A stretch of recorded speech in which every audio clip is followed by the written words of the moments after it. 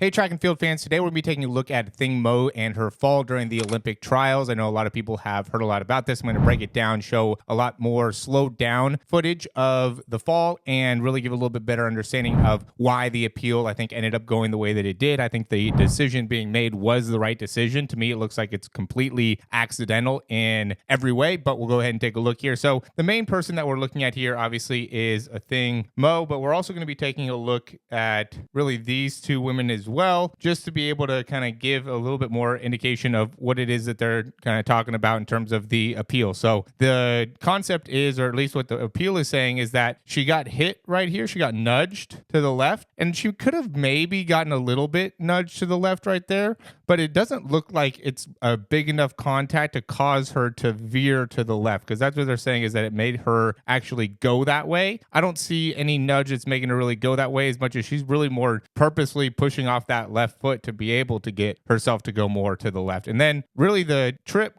was caused here, and we could see as she's going back. And to me, if this was something that she was doing on purpose, it would be one of the greatest accomplishments ever, because she doesn't even look at her foot at all. She's not looking at her foot at all. She's got her eyes, head, everything is facing straight ahead. So for her to be able to pull this off without even being able to look at what's going on would be tremendous, especially if it was something that was intentional. That's why they're saying that it's actually accidental. But you could see that just a normal stride, because I think Mo's trying to go over to the side, it ends up kind of nicking her there. So there's really no possibility of her actually getting cleated here. We could see the cleat, we could see the contact that causes her foot to hit herself. And I don't think she even gets cleated right there by herself. Okay, so the cleat, I think, happens after she falls. So she's down here, takes a couple steps, falls, right? And I think as she's going down, there's a couple potential times where the cleat could happen right there. It could have happened, right? So you could see right here, left foot pretty close to the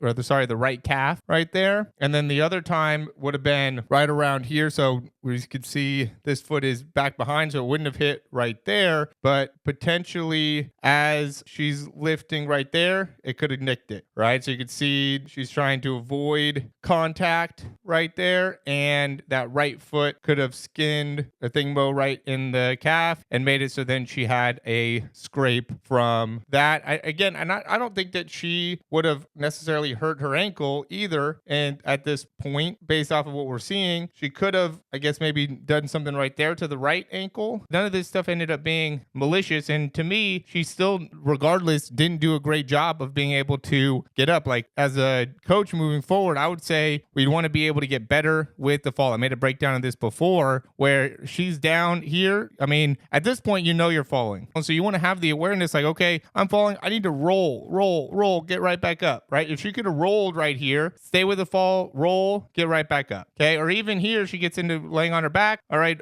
avoid the face.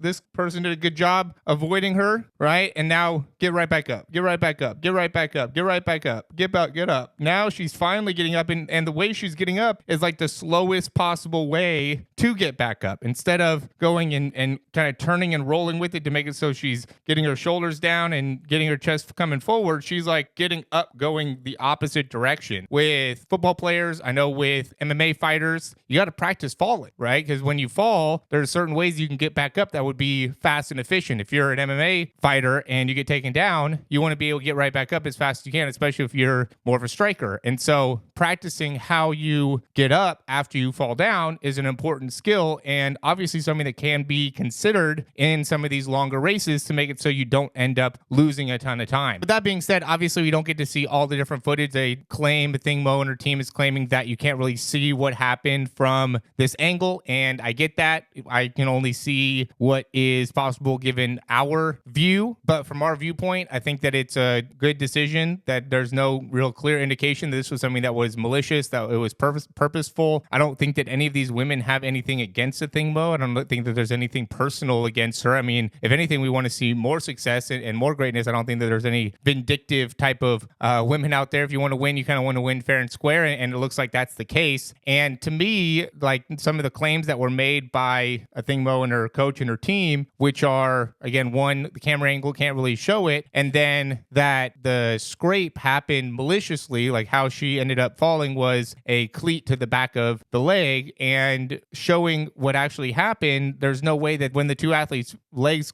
collided that it caused a scrape on her leg. That we saw that the position, again, we can go back into that spot. We saw that the position of the spike was totally off of where the contact being made, right? Here's where the spike would be. Here's where the contact was made. So there's no way that scrape that was on the leg was caused by the contact. So, it's one of those things that's a very unfortunate thing that happened. One of the things that the coach said was that we should make a different rule when it comes to who we're choosing to go to the Olympics, instead of it just being the top 3 from the Olympic trials, that we have really being the top 2, and then we can select an additional third. So instead of it just automatically being the third place finisher, if something like this happens, maybe a false start, somebody falling, some type of injury, just something that happens that's out of the ordinary, that there is a opportunity for the Olympic champion or the world champion or the nation's best athlete to still be able to go and compete. And I guess there's a lot of countries that have that process when going through their Olympic trials. And so I'd love to hear your guys' opinions on that. If you think that's something that we should be implementing here at the USA and the US Olympic trials. And I hope you enjoyed the video. We're going to add a couple more videos here that give a little bit more information about what we do and some of the things that could help you as an athlete. Thanks for watching. Like, subscribe. Talk to you soon.